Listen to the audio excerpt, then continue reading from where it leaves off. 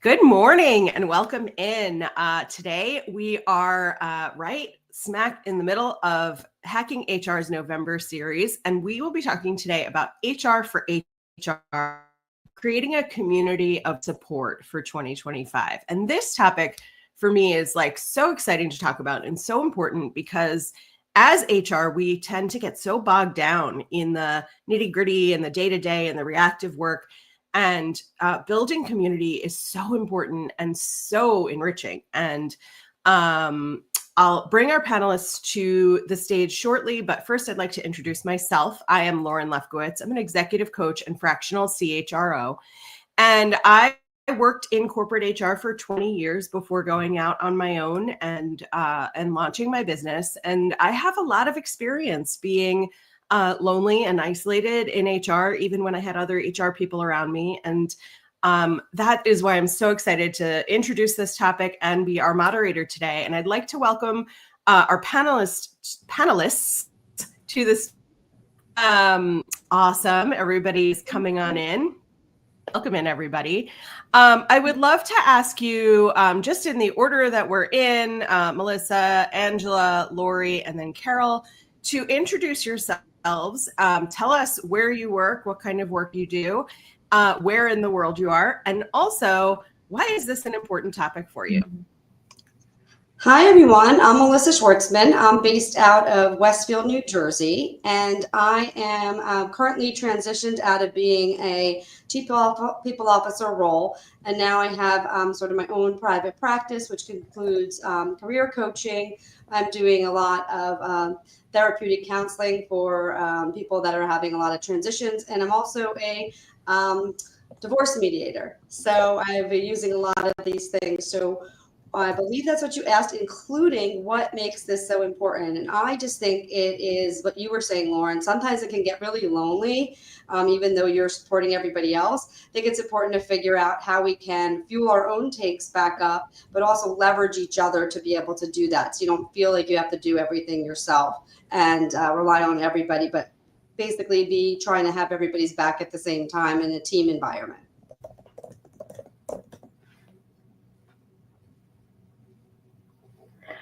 Hi, I'm Angela Hayroth, and I've spent 25 years in talent management, 20 of those in corporate HR and corporate talent management, and the last 5, I've started a practice where I've been coming alongside of HR people primarily to help them architect and implement talent programs. And as part of that, I've really found that I've become a listening ear for so many of those HR people that I'm partnering with. And so many of them will tell me, I appreciate having somebody who's been in my shoes, who I can talk to, who I don't feel that isolation around, because I need to have that community. And just being able to share some of those experiences sometimes I found becomes one of the biggest antidotes to this isolation. Lauren and Melissa, that you both talked about. So I think that's one of the biggest reasons I'm excited about this conversation today. It's definitely needed. I'm seeing it more and more in the last few months. Hi, my name's Lori Green. Thanks so much for hosting this today. I think it's wonderful that we do this for our community.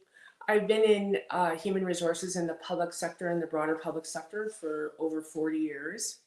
And I say that with pride because I do have a real commitment to the profession. And I have seen the evolution of the profession over those 40 years. It looks very different today than it has been, when I first started.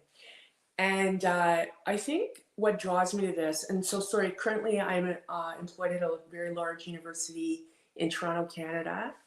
And I think what draws me to the subject is I have a real commitment to the profession, and I think the need for strong support within community became so evident to me during the pandemic. And so for the rest of my career, this is really my area of focus, is really helping to build our HR community. And I think relying on one another and creating the safe spaces is the best way to do that. So thank you. Good morning, or whatever time it happens to be in your area. Welcome. Thank you for joining us. I'm really grateful to be a part of the panel today because this is a topic near and dear to my heart. My name is Carol Cooley, and I'm an HR executive with more than 25 years of experience across a wide variety of public and nonprofit and private organizations, primarily in industries that are heavily regulated. And what I've found in those environments and why I'm so passionate about this is just the pace of change that happens in the business world and also with HR. I think it's something where if you don't rely on your community, you may miss out on those nuggets of information or changes in different industries. I think it's really important to be plugged in to what's going on outside of your organization in order to stay kind of up on what's the latest and greatest.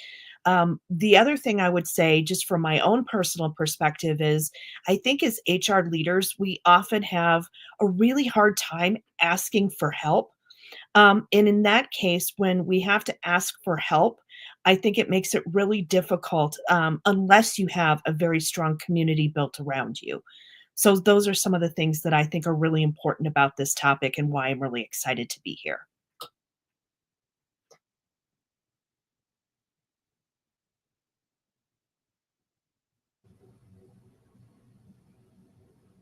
Did we lose Lauren? Yeah, I think Lauren may be needing to rejoin us. So maybe we get started with the first question. How about do we want to talk about why it seems like we've a lot of us have used that word, excuse me, isolation and loneliness. Do we want to talk a little bit about why we feel like this profession tends to feel that way so much? That sounds great. I'll jump in. I think part of it is for me, it's been that the organization, you're as an HR team, you're really carrying a lot of that burden for the organization, and you're kind of the conscience and the listening ears for the organization. And so it's tough to really have that bandwidth to extend outside of your organization. And I think we carry a lot of that emotional burden of what's going on in our organizations and trying to help all of the people within the organization. I've found it difficult at many times to just put the pause button on and to say, what do I need to do to take care of myself? Because if I'm not looking out for the organization and the people in it, I'm also looking out for my team. And that makes it really difficult, I think, just to have the bandwidth to be able to do that.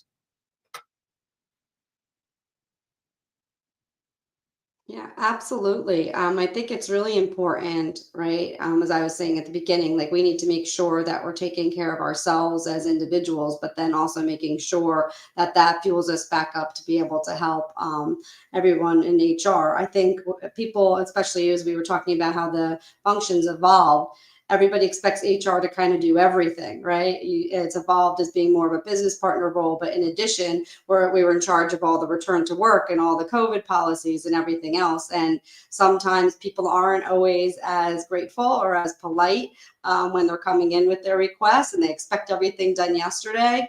So I think it's really important that we take the steps to build back in sort of our own reward recognition, our own check for reality, our own work-life balance, and that we hold each other accountable for that for ourselves, and then model it for the organization. But really make sure we take stock of the fact that we're doing so much, and when a lot of us work remote or hybrid, we don't always have that camaraderie in person where you could kind of walk over to the person's office and say, oh, I just had the most stressful call. Let's make sure that we built that in when we're remote as well.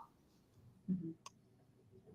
Yeah, one of the other things I would add as I was thinking about this is a lot of what we do doesn't have an end, and in fact always has the next thing to reach for. You're never going to reach the pinnacle of employee experience or reach the pinnacle of employee relations or reach the pinnacle of any of this work, leadership development, right? Any of it, there's always more to do.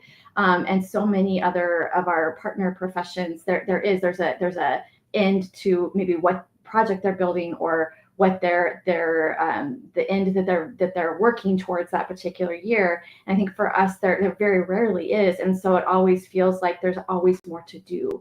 And when there's always more to do, and there's nobody else who does that work and can hear what you're talking about with that work, it can feel overloading, and it can feel, again, isolating, and it can feel like I never can stop, and I can have this end in sight, and that I think in itself can become kind of a burnout feature as well. And I'll just sort of end the conversation, I think, around this, and that a lot of the things that we're dealing with, we can't share. We carry a lot of the information, and so going back to some of the other points that some of the other panelists have made, we have to figure out what we have to do for ourselves in terms of being able to let that go sometimes, because you can't carry around the, those things without, looking after your own well-being. And so for me, it's through physical movement. As long as I get outside, have some physical movement, that's my opportunity to sort of just let go and move forward with whatever's going to come my way tomorrow. So.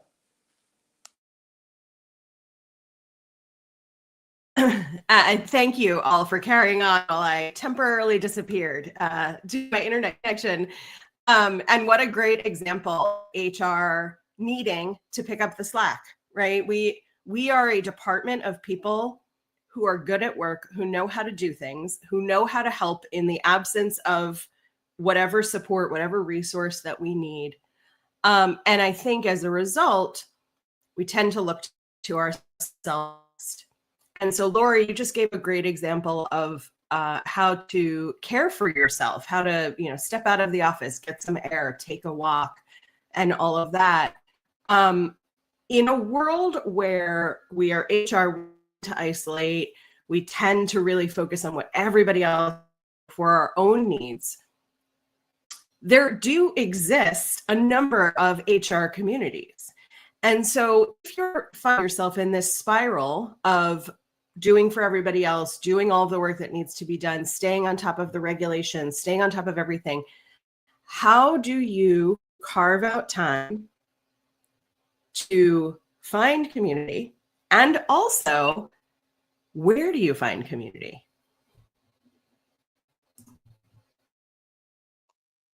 I mean, I could jump in. I think it's really important, right, that we take time for ourselves. But in terms of finding people to do in the community, I mean, sometimes it's at work, right, within our own HR colleagues and teams. And sometimes it's very important to kind of take a step out of the organizations we're supporting and kind of go to other HR colleagues that are experiencing a lot of similar things, creating that network of support outside of the organization that you're part of and making it. And I think attending, sometimes there's a lot of webinars and salons and different things, making sure that you're not always just doing them on Zoom, but if you could kind of do those things in person as well. So I think it's just really establishing a group that you could connect with that is going through the same thing, and then provide a lot of good information and reinforcement to keep you motivated and also energized.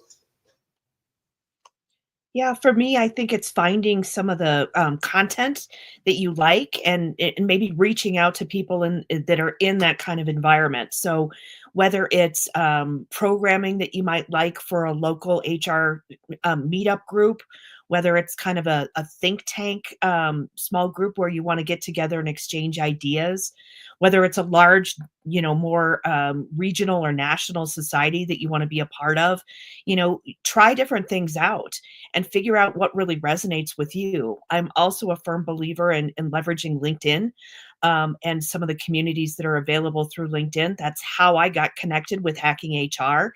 And it's been a wonderful experience for me to not only be on panels like this, but also be a part of learning events where I'm getting as much out of it as I'm putting in.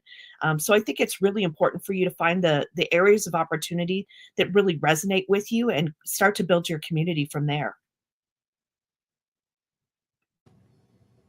And I would just add to all of that, it takes a lot of intentionality. You don't want to just just join some groups and then say, oh, okay, that's my community. You need to make sure you're also reaching out when you see panels like this, when you're connecting with people on LinkedIn, then take that next step and reach out and say, I'd like to talk to you. I would love to share some practices, maybe start there, but then where it can start to go to is, I need to be heard.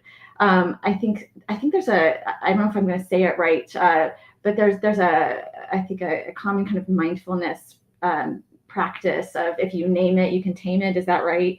And so if you name it and say, yes, I'm feeling lonely and isolated in my role, or yes, I'm feeling burnt out, or yes, I'm feeling like there's never enough that I can do to carry all of these burdens, and you say that to the other person that you've intentionally made that connection with, that even if you never reach a solution together, just being able to talk about it together and name it together can start to solve some of the problems. And I think if we all just say to each other, we're feeling that way, it's okay, you're not alone, and find other people that you can have that conversation with who are safe to talk to, that by itself can release so much burden. Yeah, and I'm not sure that I have anything else to add. Like I just to build on what Angela just said, I think it's just a matter of, creating that space and that connection with people can make all the difference. And it doesn't, for me, it doesn't have to be the same industry. It doesn't have to be, it doesn't even have to be, the HR profession. Like, they're just, opportunity for us all to connect in a way that is meaningful and gives us something. Yeah, such great insight. And we have a couple of comments that I want to call out in the chat. And if you are watching us live, please continue to comment, ask your questions. We'd love to involve you in the conversation as much as possible, especially in the interest of building community.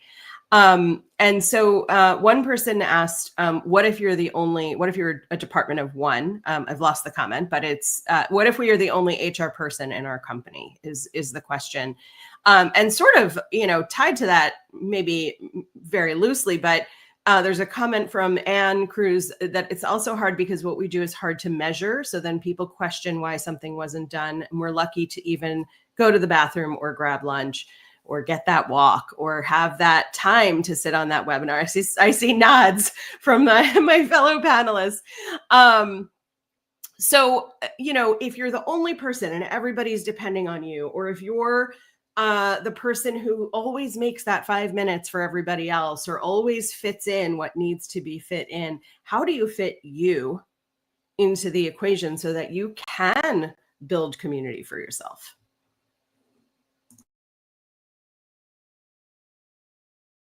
Well, I think it's piggybacking on what Lori said, kind of making sure that you do your own things that kind of make you feel better, like whether it's like any type of physical fitness activity, whether it's also maybe calling a friend or family member when you just need to like kind of disconnect from that. Making sure that you take that time to, I think what Angela was saying, recognize that it's okay that you're a human being, right? And be authentic about sometimes you have your own needs that need to be met and that you need to seek that out. And I think the question about the, team of one, that can get very lonely. So some of those types of things I mentioned, but also if there's other people that you can network in the HR community outside the organization you're in, so you can have those common thought processes, that advice, that soundboard.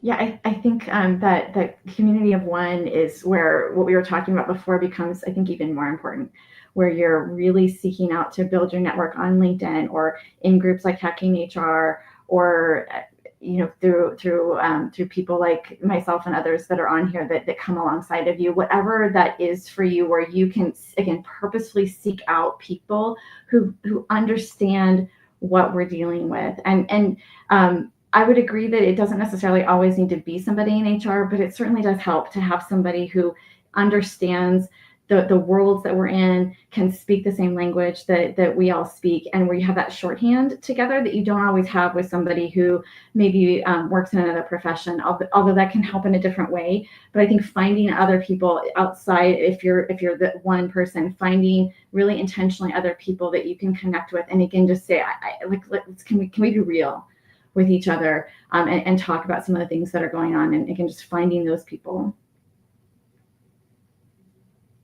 Yeah, I think even leveraging former colleagues. I think you have an opportunity when you get into an organization, and oftentimes you dig really deep because you're wanting to understand the business, you're wanting to, build your brand in the organization. And at least I have a tendency sometimes to lose sight of some of those former colleagues. And if you're intentional about reconnecting with those, that may serve as a sounding board for you as well. So I think, leveraging your network and thinking about creatively where are some of those places that you want to make sure that if you had a connection in the past, you're maintaining that going forward. Yeah, and I think just to say, just sitting and listening to my colleagues here, I heard the word intentional used 3 times. And, I'm just going to echo it a fourth, because I do think that, the importance of being intentional and establishing and carving time out for yourself is key to sort of staying refreshed and healthy. And if you're, the one person who's being asked to do everything, maybe it's a matter of saying, you know what, I'd love to help you out right now, and I can't because I've got to do X, Y, and Z. But maybe there's a time you can connect, next week, next month, tomorrow, whatever that is, to help, manage that balancing act. Yeah, and Laura, I've already had my time on this question, but Laura, you just said something that reminded me of kind of, I think, another important thing. And Lauren, you had brought this up. It's a joke, but it's not a joke. Sometimes we don't have time to go to the bathroom, right? Like, we all laughed when you said that, but it's true.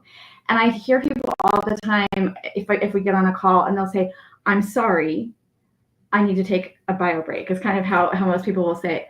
I will say, don't say sorry. When you say sorry because you need to take care of yourself, whether that's because you need to go grab some water, or you need to run to the restroom, or you need to take a walk, or you just need to get off a call for 1 second and not actually look, like, a call is when you're looking at yourself in a mirror, right? And you need to just be off of a call. Don't start with "I'm sorry," because when you start with "I'm sorry," you're automatically saying there's something wrong with what I'm about to say afterwards. And there's nothing wrong with taking care of yourself. Just say, "Hey, I need 5 minutes. I need to go grab some water." And don't start with "I'm sorry." And that's really hard, because that we are service-oriented people. But every time you catch yourself today, I'm going to challenge you today. Every time you catch yourself today saying "I'm sorry" before the beginning of a sentence, write it down and start to realize how often you say it, and then challenge yourself tomorrow to stop it. Yes, thank you for that ad. And yes, panelists, I'm asking questions, and we all get an opportunity to answer, but please do feel free, as Angela just did, to come in and add. There's not a specific limit on all of us coming in and being additive. So thank you for doing that. And let's talk next about this is coming up a little bit in the comments about where to find your community. And Elisa said, connecting with other HR professionals in your local community, looking at Chamber of Commerce, women's professional groups like WISE, Hacking HR, SHRM, HRCI, and law groups like Dentons or Littler.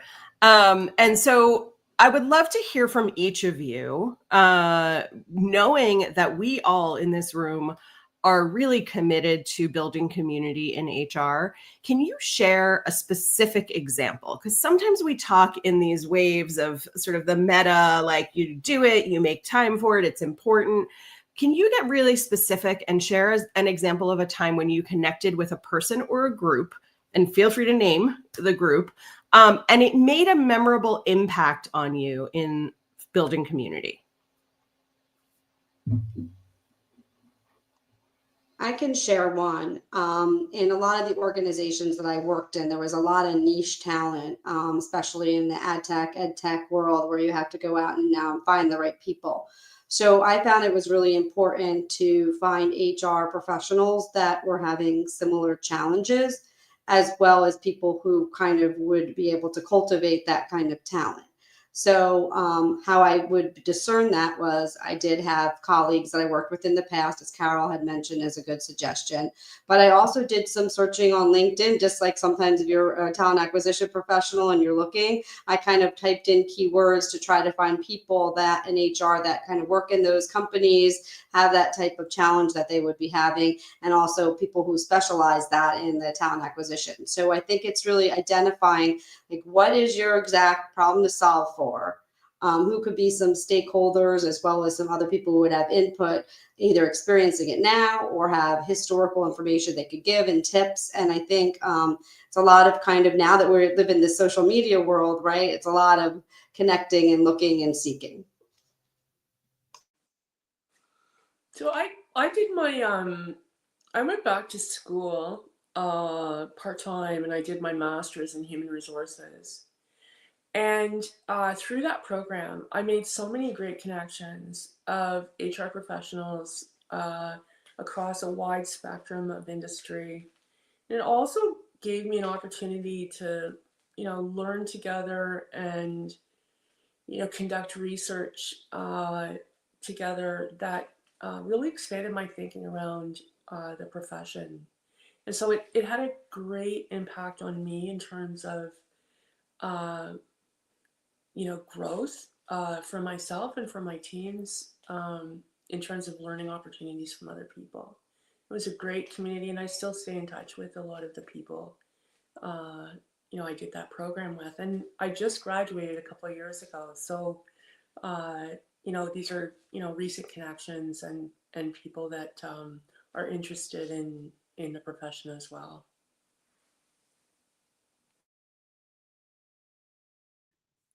Well, I'll give a very specific example. So, Angela and I actually used to be colleagues. So we worked together previously, twice. um, so, I saw, keeping up through LinkedIn, saw that she had done some of the speaking engagements here at Hacking HR. And so that's how I got involved in this community. And that led me to Transform, which is a conference that's put on by founders and by HR professionals.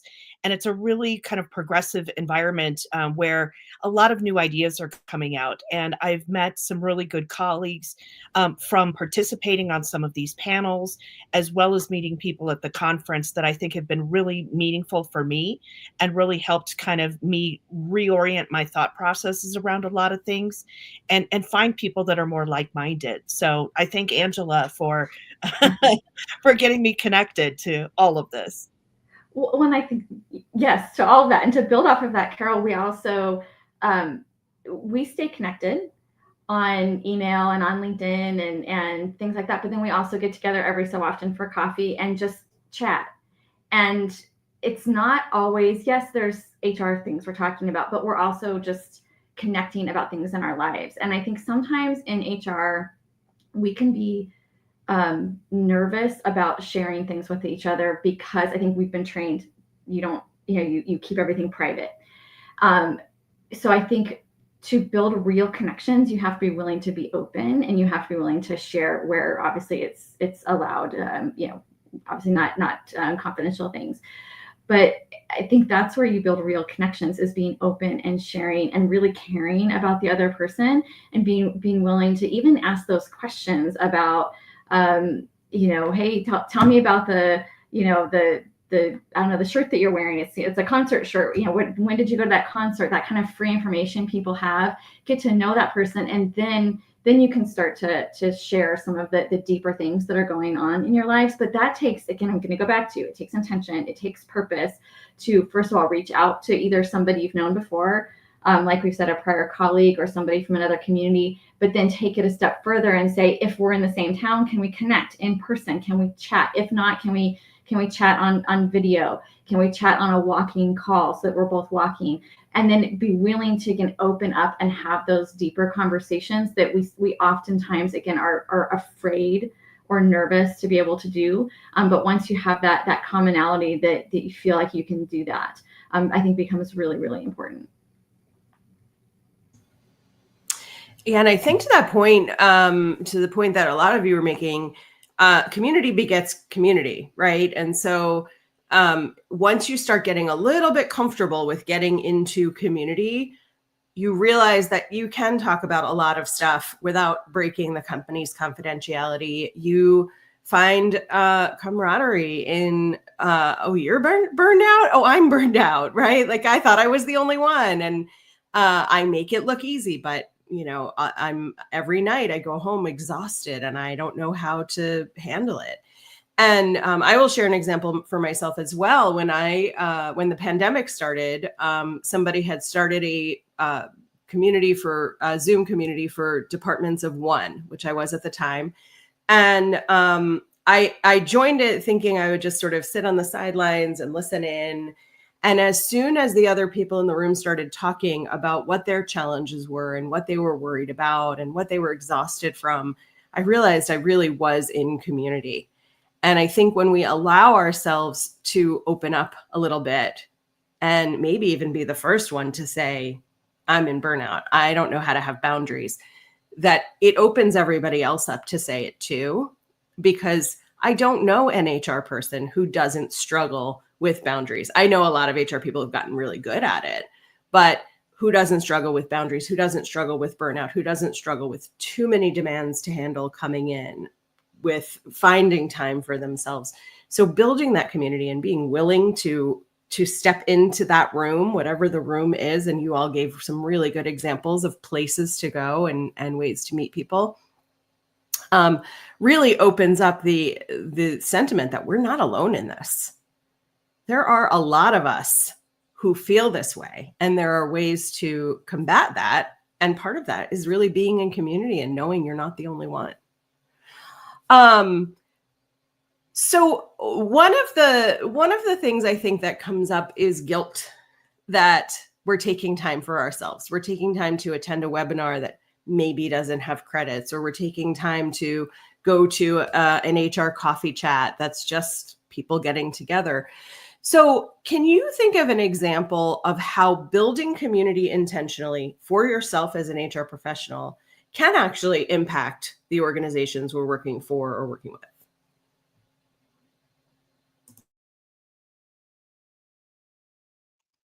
Well, I think it is, if you're going to take the time out, right, to go meet with other HR professionals, whether it be on a webinar or whether it be on a education and training that you're doing, I think there's direct relevancy to the feedback, to what you'd be, the thread back rather, to what you'd be working on. So if you're seeking things out. So I think the company can really impact, because you'd be getting knowledge to transfer back on to projects they're working, or making an innovative suggestion at work. So I think it's really important to realize that that time that you're taking for yourself is important for your own development, but can also value the company when you bring back the knowledge and expertise.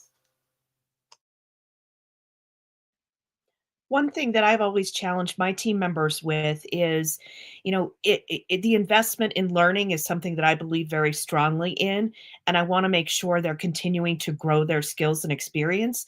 But at the same time, leveraging the opportunity that they had on whatever educational type experience it was, by bringing that back to the rest of the team.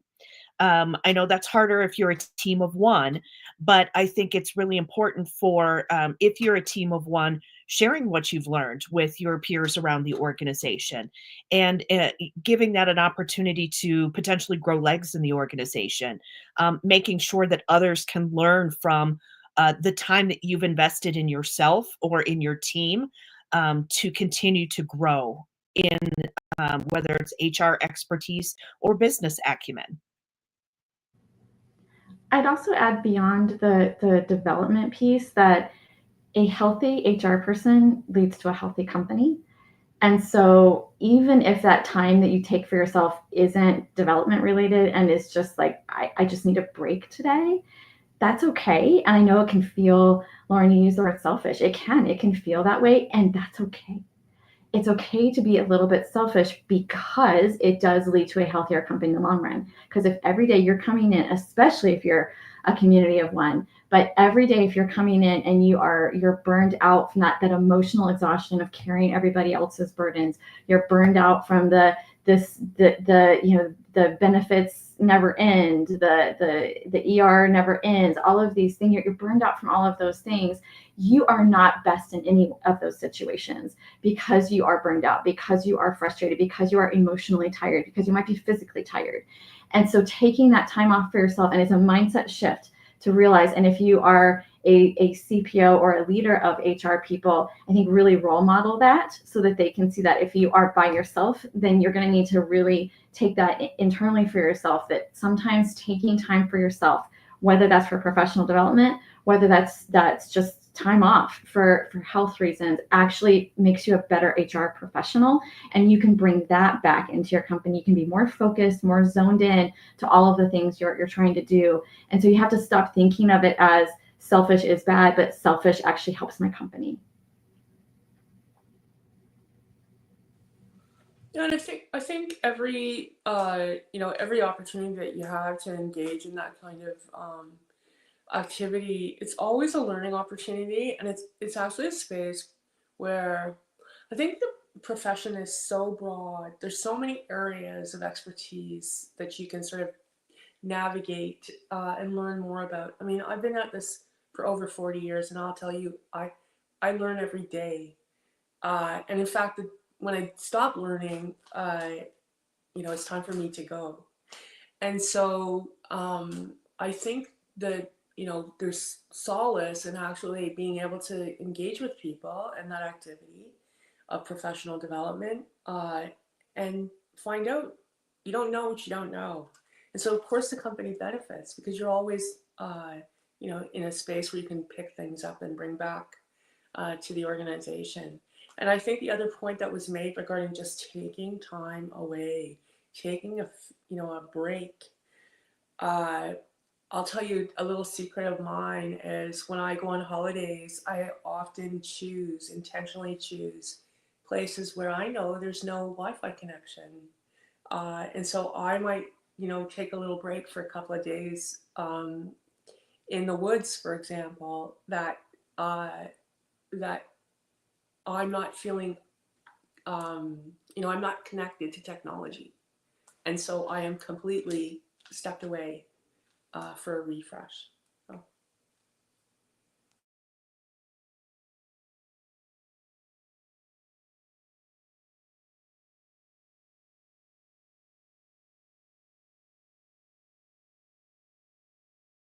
Okay, I think we're carrying on again. Okay, so let's talk a little bit about mentorship and how that helps us in our profession.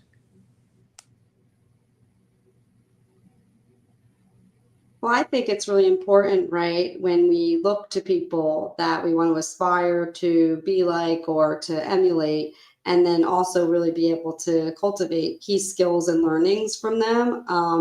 And I also think sometimes the mentor, because we always know the big difference between what a mentor is, right, and a manager and a coach. People always get these terms a little confused. But speaking to how I would look as a mentor is somebody who can really help you kind of build your skills and your growth. And that's by showing by what they're doing and modeling, but also really helping you constructively help you come to the table with how you would like to do things, and then give feedback that can be in the moment and can be helpful. So I think it's really important. Again, the community sense. Mentoring is part of the community, right? You want to be able to have somebody that's in the HR space that can help you achieve your goals and grow. So I think it's another one we could add to our list as a way to get a community going.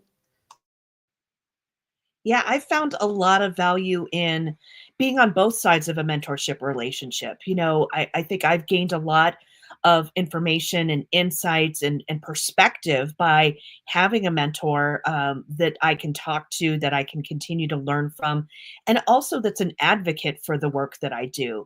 But equally as much, I think I've learned from individuals that I've mentored. And I've had an opportunity to mentor individuals on the HR side as well as people that are out there in the business part of the organization. And I think that ability to share knowledge, and like Angela said earlier, just build that personal connection, uh, leads you to that broader sense of community because you've built that individual connection. You now have something in common. You've expanded your knowledge base, and that could lead you to the next connection, which could lead you to the next connection. And suddenly around you, you've built your community. So I think mentorship is really, it's important. It's been important for me to have that sounding board and for my ability to learn and grow, but also from the perspective of, understanding what folks that are coming up and learning to acquire new skills, how they're doing that, and the ways that they're engaging as well. And that's helped me build my community on both sides. This whole conversation is striking me as we're almost talking about like networking 101. And why are we talking about that? And it just struck me that I think we have a false misconception that networking only occurs when we're looking for a job. And okay, I'm going to network with you, which becomes code for I'm going to send you my resume. And I think what we're talking about on here and why this is such almost a baseline conversation is networking is, Carol just said building community. That's what networking is. Get the job thing out of your mind. It's not that. Hopefully at some point when you want a new job, maybe your network can help you, but it's not because of that. It's because you're building community and building relationships. And in the case that we're talking about, you're building community for the sake of being a healthier, more balanced individual and getting to know people. And I think if you get the baggage out of your mind of what you might think it is, and you say, I just want to build relationships. I want to reach back out, like Carol said a few questions ago, to prior colleagues or to people that have been in some of these prior groups with me, and you say, I don't want to do it for any other purpose other than build a relationship with them. I don't have a purpose, an ulterior motive behind it. I just want to get to know this person. And then to Melissa's point, ask them to be your mentor. If there's somebody that is in that position, people don't usually know what that means. So you'll have to tell them here's what I want when I say I want a mentor. So you'll have to kind of coach them a little bit. But I think maybe that's some of the pause here is, well, how do I do that? And that's how you do it. You're building community. We all know how to do that. We all know how to build relationships. And so if you realize that that's what you're doing it for, maybe that will change some of that mindset a little bit. Thank you again for keeping going. I'm in a new house. My router was apparently too far in a quarter, but I think we're okay now. A great comment again from Ann Cruz. Ann, you're on fire today. Thanks for your comments. We have so many great comments. But a great comment from Ann. I think it's important. You need to know what you want from a mentor. And Audra Mitchell said, a symbiotic relationship is the real value for me. And so I love, I'm very active on LinkedIn, on social media. And so sometimes I'll have a reach out from someone that says, hey, want to have a networking call? And I want to know why, so that I know what we're getting into. And I know I'm not going to get into a sales pitch from somebody. But how do you all either like to be approached or like to approach somebody for either a networking relationship, frankly, a friendship, sort of cross-functional kinds of stuff, or mentorship? Like, how do you like to be approached, or how do you like to approach people or communities to say, I'm here, let's talk? There's probably something that, I will say, HR sponsorship for me, for people newer in the community, that's something that probably gives me the greatest satisfaction in my sort of day-to-day work. And I see opportunities all the time for people who are newer to the field to have that conversation. They're looking for help to sort of advance their careers, and I will often offer you know, to be a sponsor, to be a mentor, to help people, you know, sort of grow their profession. And I do it quite selfishly because it does actually give me a lot of joy. So that's how I go at it.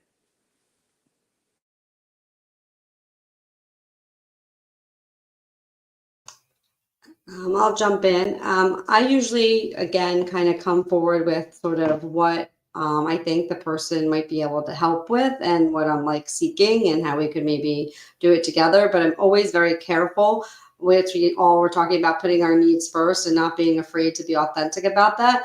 I think it's always important as to say, well, what can I do for you? How can I help you? So that you feel that you're having that open-ended discussion on both sides. So be clear about what you need and anticipate what you would like, but also make sure that you're doing a reciprocal approach back. So that's how I do the approach.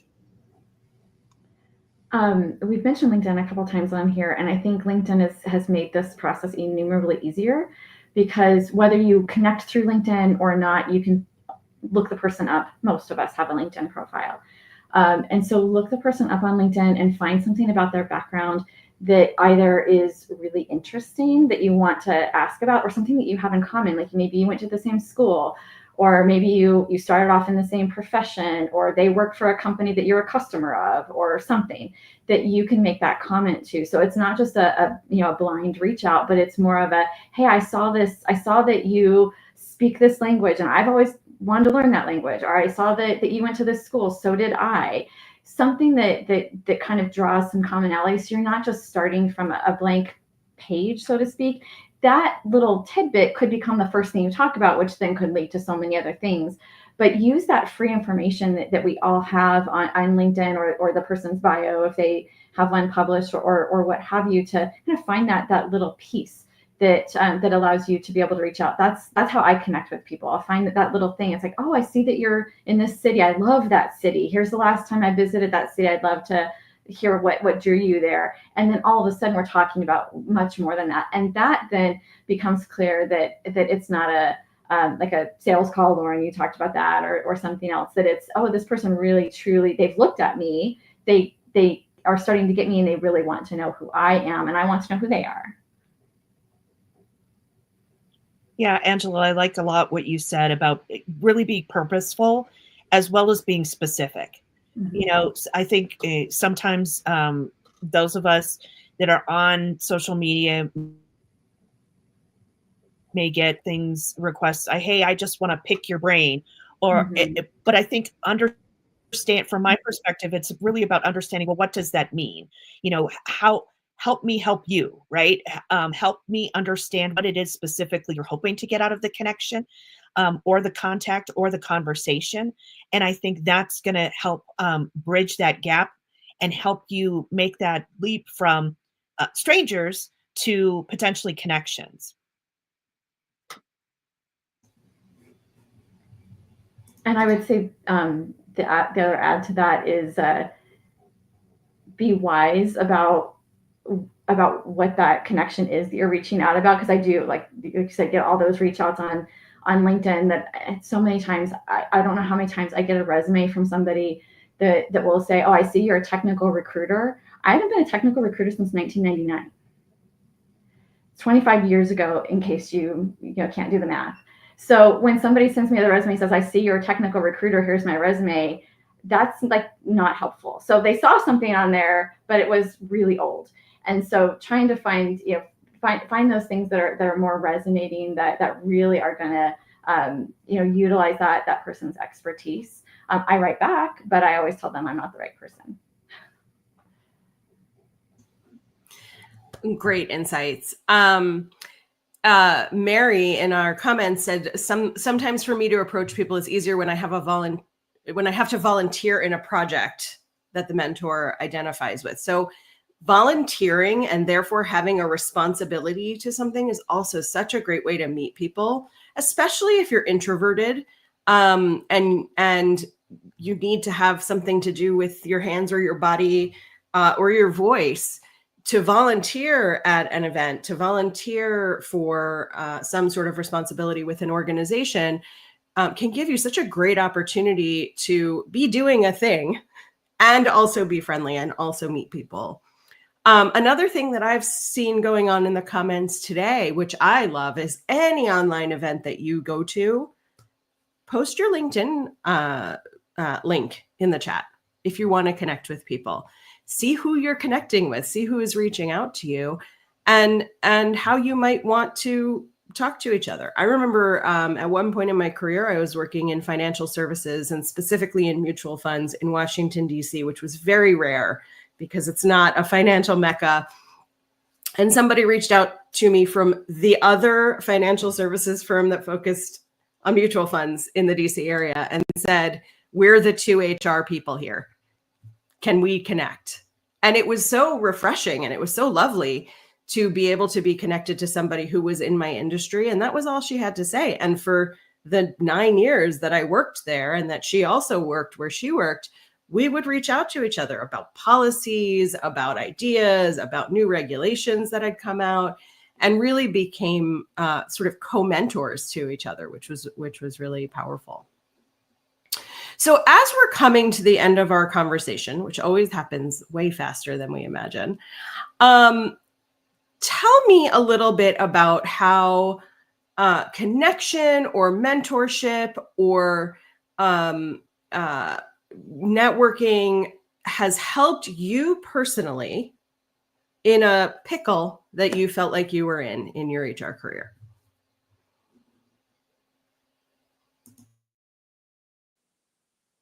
I'll start us off.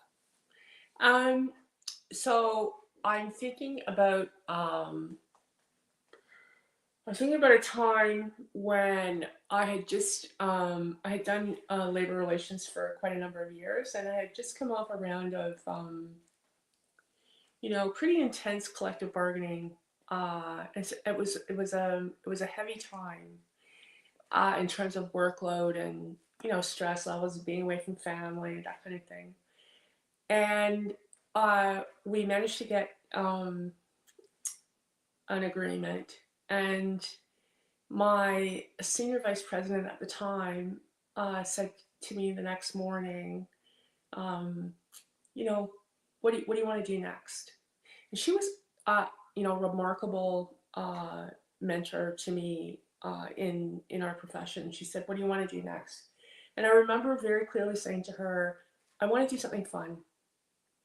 And so I was given a major fundraising campaign.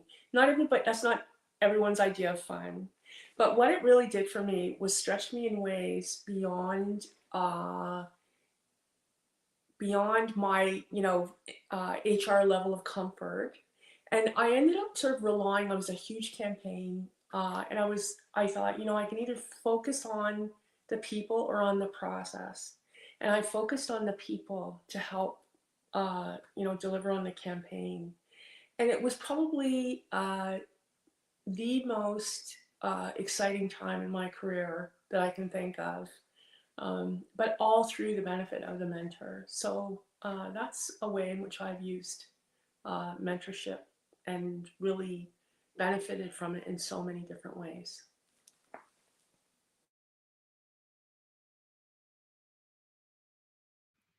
I think COVID was a prime example of, for me, being able to draw on my community. At the time COVID was starting, everybody was in the same boat. Businesses were scrambling, HR teams were scrambling. I was doing everything from, writing communications, writing scripts for managers who might have had potential teammates that pass away. How do we announce that to the organization? So it was really coming from all directions. And having a community to rely on that was going through some of the same things helped me get, number one, a sense of balance during a time of chaos and other perspectives as well. It really brought about a time, I think, where those barriers of information sharing that might have been up in years past really started to crumble away in the face of COVID, because everyone was going through the same thing at the same time. and having to make major shifts in terms of their business and in terms of some of their practices. And I think that that led to a much more openness in the HR community in particular to sharing that information across company borders.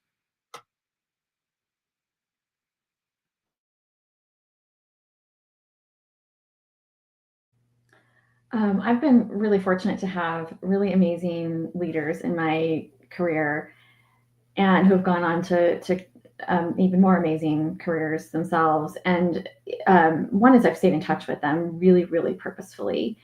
And secondly, I guess a specific example is when I decided that I was going to start this practice, that they are the people I reached out to say, am I crazy?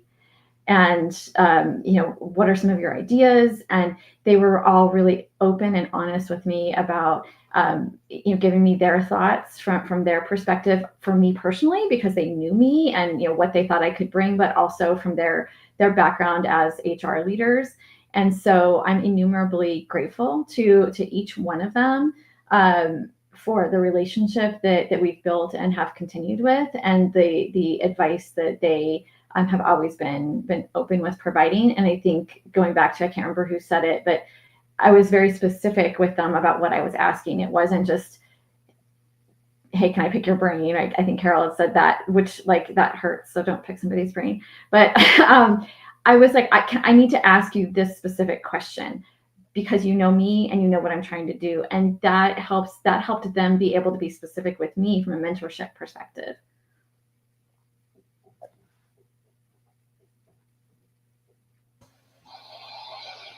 Thank you all so much for sharing.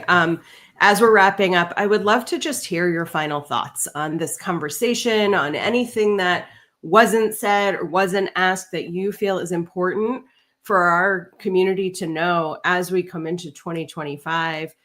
Could be advice on an actionable step, could be, oh, I want to add this to something I said, or could be something just we haven't asked yet. I want to add to that point that one of the things I think that makes this profession hard is we don't get recognized because we run the recognition program. And so we don't often get recognized ourselves. And so for any leader of HR who's listening, I would challenge you to recognize your team because they need it. They haven't heard it. They haven't heard the appreciation, and challenge the other leaders that are your colleagues to also come back and recognize your team. Because again, they can't necessarily be part of their own program, or don't feel like they can. And so if they hear from you and from your leadership colleagues that they're doing a good job, that in itself becomes the recognition and the appreciation they need, but we just don't often hear it. So I would take that as a challenge as an HR leader. I would piggyback on that. And I would say, since we had a great opportunity today to network with each of us and listen to each of us and engage with each of us, that we kind of bring this forward, right? And broaden our community with all kind of the things that we have been saying, and kind of make this, that we're going to kind of perpetuate this and make this a larger practice, and people can institute it for themselves. They can do it for their teams. And I think I'd encourage each of us who have teams to spend some time maybe at the next team meeting, kind of going over what you learned and share it, and really reinforce the principles of being authentic about it. If you need help, it's okay to say that. I loved Angela's thing, don't be sorry that you need to do something for yourself. Let's all congratulate and celebrate that we're saying we need the support. I mean, I hate to go back to this, it takes a village, but it really does. We all need to service ourselves, our customers, but we really need to make sure we're working in a community, helping each other. I would say don't be afraid to try something new, because I think oftentimes people can get stuck in a very narrowly defined definition of networking and building communities only on LinkedIn, or it's only in person, or it's only within my company. So don't be afraid to try something new. Not every networking reach out or community building opportunity may be for you. And it's also okay to say, this one's not for me and I'm backing out. So try new things, and leverage what works for you. And I'll just say, in moments of frustration, because the truth is we all have them, is to revisit your why. Why are you in this? Why are you in this field? What is it for you in this profession? And challenge your teams to do the same for themselves. And if you need to post it somewhere on a whiteboard or put it across your screen, just know your why and return to it in the moment when you need to. Thank you all so much for your thoughtfulness, your insights, your compassion today, and clearly your real commitment to community and networking and mentorship. As we're closing, I see a question that we won't have time to get to from Audra Mitchell about the biggest challenges for HR in 2025. And Audra and others, I'd encourage you to go back to the very last November series topic, which was building a future-ready workforce, reskilling for today's and tomorrow's challenges. And I think you'll find that answer probably in that conversation. Thank you all so much for being here. Please connect to these panelists, to each other, to me, and in 2025, I strongly encourage you to build community. You are not alone. You don't have to be alone in this profession, and there are so many of us who have an opportunity to connect with each other. Have a great day.